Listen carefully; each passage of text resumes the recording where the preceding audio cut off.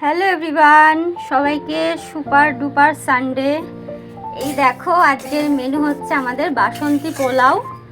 তো তোমাদের ফার্স্টে যে শুরু করারটা না আমি করতেই ভুলে গেছি ভিডিওটা, তো তোমাদের একটুখানি পর থেকেই দেখাচ্ছি। গোবিন্দভোগ চাল দিয়ে বাসন্তী পোলাও তোমরা অনেকেই জানো, সেটারই এখন কাজ চলছে। আর হবে চিলি চিকেন। তো আপাতত এখন বাসন্তী পোলাওরই প্রিপারেশন চলছে। তোমরা কে কে ভালোবাসো বাসন্তী পোলাও খেতে কমেন্টসে জানাবে কিন্তু, ঠিক আছে? এর মধ্যে আমি গোবিন্দভোগ চালটার মধ্যে হলুদ, নুন, আদা বাটা আর কি বলে গরম মশলা গুঁড়ো, ঘি, একটুখানি মিষ্টি দিয়ে চালটাকে মাখিয়ে রেখেছিলাম আধা ঘন্টা মতো।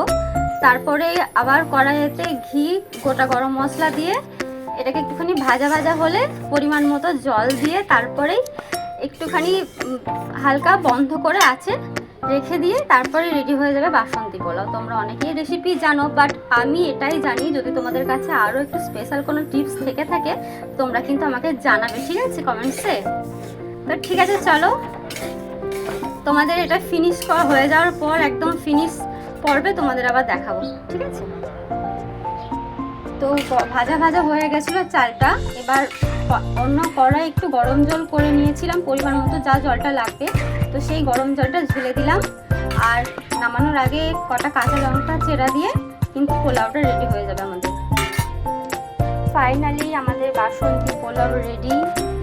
তবে তোমাদের আমি একটা জিনিস স্কিপ করে গেছিলাম, বলতে ভুলে গেছিলাম। সেটা ছিল ওই যখন আমি চালটা মাখিয়ে রেখেছিলাম না, ওর মধ্যে না আমি একটু গোলমরিচ বাটাও অ্যাড করেছিলাম। তো ভাবছিলাম যে দুজন একটা মিস করে গেলাম। তো নামানোর আগে একটুখানি কাঁচা লঙ্কা চেরা দিয়ে এটাকে নামিয়ে ফেলবো। তোমাদের বাসন্তী পোলাও রেডি।